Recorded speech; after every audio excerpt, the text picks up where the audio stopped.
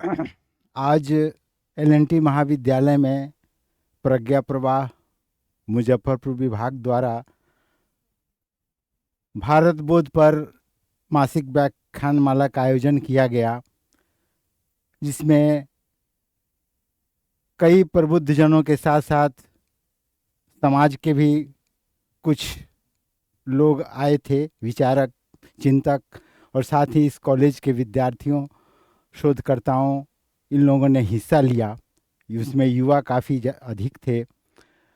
इसमें मुख्य वक्ता के रूप में हमारे देवेंद्र प्रताप तिवारी जी, जो इस प्रांत के, उत्तर बिहार प्रांत के विमर्श के संयोजक हैं, आरडीएस कॉलेज के प्राध्यापक भी हैं, उन्होंने मुख्य वक्ता के रूप में भारत बोध पर अपना विचार व्यक्त किया।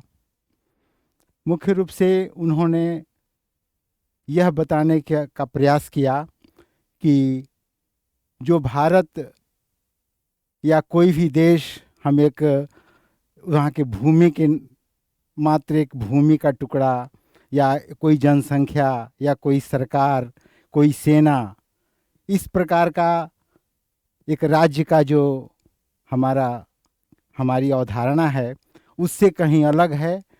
हम भारत उससे अलग है। इसी के चलते हम उसे एक राष्ट्र के रूप में स्वीकार करते हैं।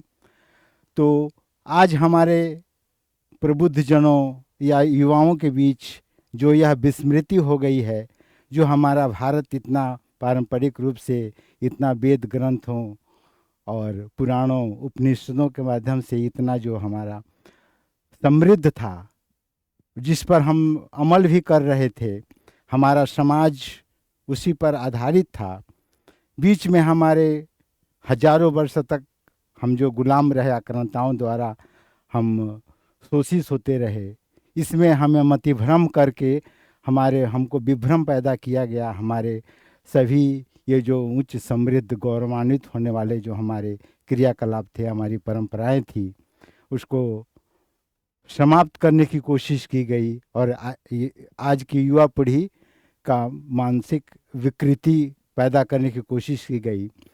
तो आने वाले समय में, अब चूंकि हम स्वतंत्र हैं, लेकिन इन 75 वर्षों के स्वतंत्रता में भी हम अपने जो स्वतंत्र की भावना है, स्वाधीन तो हुए लेकिन स्वतंत्र हुए लेकिन स्वाधीन नहीं हो पाए हैं।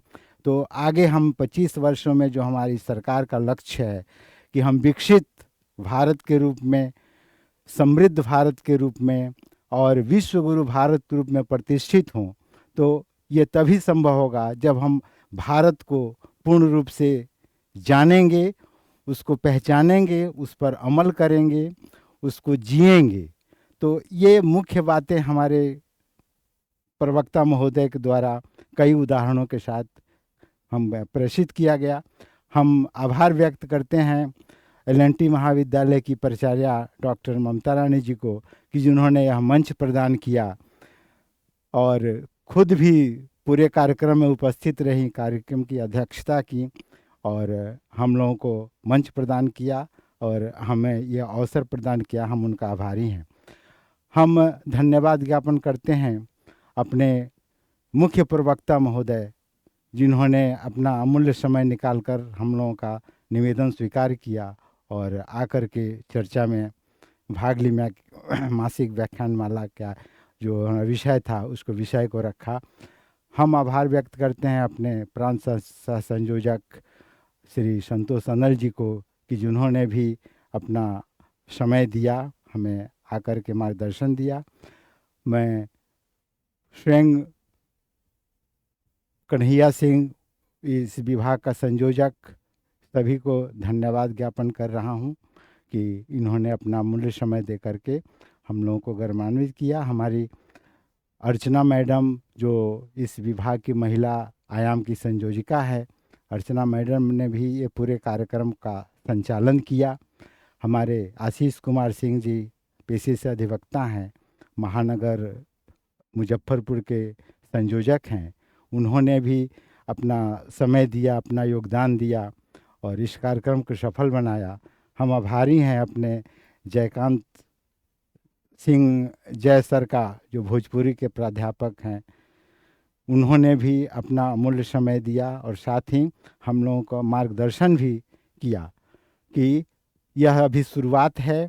तो जिस प्रकार पत्थर को शालीग्राम बनने का उदाहरण दे करके उन्होंने हमें बताया कि धीरे धीरे जब पत्थर मजते मजते छोटा होगा तब वह शालीग्राम रूप होगा, यह तो अभी शुरुआत है। तो उनका यह ये मतलब सुझाव भी हम लोगों को सिरोधार्य है। और हम लोग प्रयास कर रहे हैं कि आगामी जो व्याख्यान माला हैं या और भी अन्य तरह के कार्यक्रम, अध्ययन केंद्र, चर्चा केंद्र, इसमें धीरे धीरे और मजते जाएंगे और अधिक से अधिक समाज के हमारे प्रबुद्ध जनों को भी हम इसमें शामिल करते हुए अपने कर्तव्य का निर्वहन करते हुए आगे बढ़ेंगे और इस भारत को एक गौरवशाली राष्ट्र बनाने में अपना योगदान देंगे। धन्यवाद।